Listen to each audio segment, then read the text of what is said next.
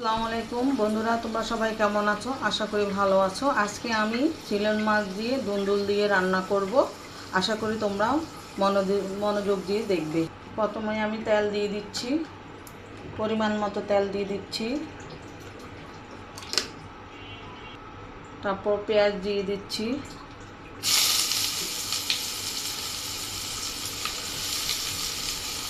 পেঁয়াজটা ভাজা ভাজা হয়ে নিব, আগে ভাজা ভাজা করে নিই। তো আমার পেঁয়াজ ভাজা ভাজা হয়ে গেছে বন্ধুরা। আমি এখন রসুন বাটা দিয়ে দিলাম রসুন বাটা দিয়ে দিলাম, আদা বাটা। তো আর একটু কষিয়ে নিতে হবে, রসুন আদা দিয়ে কষিয়ে নিতে হবে। তো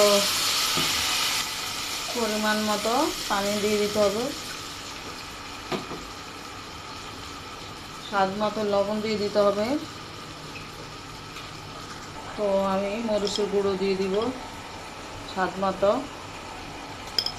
যেহেতু দুন্দুল একটু মিষ্টি মিষ্টি হয় বন্ধুরা, একটু ঝাল বাড়িয়ে দিলে মিষ্টিটা কম লাগবে। তারপরে দিয়ে দিব হলুদ গুঁড়ো দিয়ে দিয়েছি।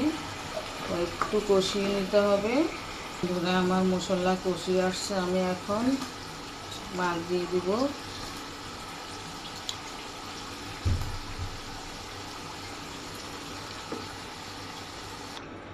তোমরা দেখতে পাচ্ছ আমার মাছটা কষিয়ে আসছে।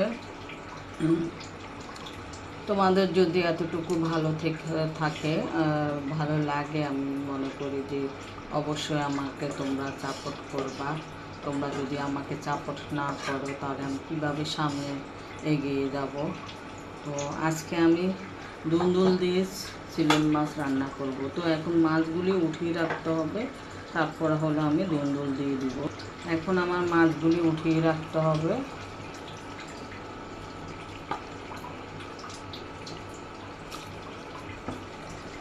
তো বন্ধুরা, আমি এখন দুন্দুল দিয়ে দিব। মাছ যেহেতু উঠে রেখেছি, দুন্দুলে প্রচুর পানি বের হয়। আমি চেষ্টা করব দুন্দুলের পানি দিয়ে রান্না করার জন্য, কেন দুন্দুলে পানি বের হয় তোমরা দেখতেই পাচ্ছ।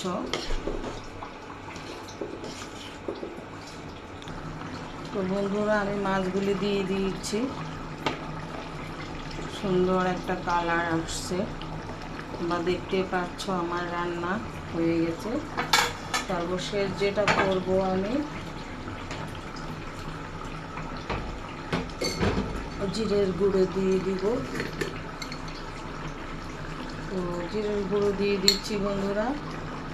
তোমাদের যাদের পছন্দ আমার রান্না, তারা অবশ্যই আমাকে লাইক কমেন্ট করে যাবা।